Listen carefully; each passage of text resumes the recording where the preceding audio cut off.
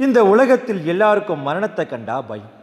தன்னுடைய உடம்பு புதுசானாலும் பழசானாலும் பாதுகாத்த உடலை பழுதாக்கவும் பறிகொடுக்கவும் யாருக்கும் மனசில்லை.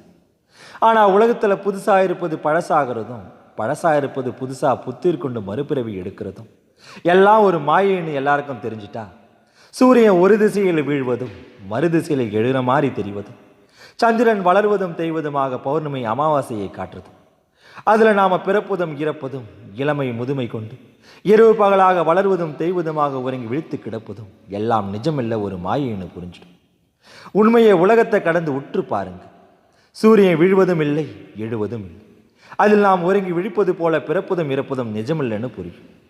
சந்திரன் வளர்வதும் தேய்வதும் இல்லை, அதனால் நம்முடைய இளமையும் முதுமையும் ஒரு மாயைன்னு தெரிஞ்சிடும். அதற்காகத்தான் திருவள்ளுவர் உண்மையை உலகத்தை கடந்து உற்று பார்த்து சொல்லுகின்றார்.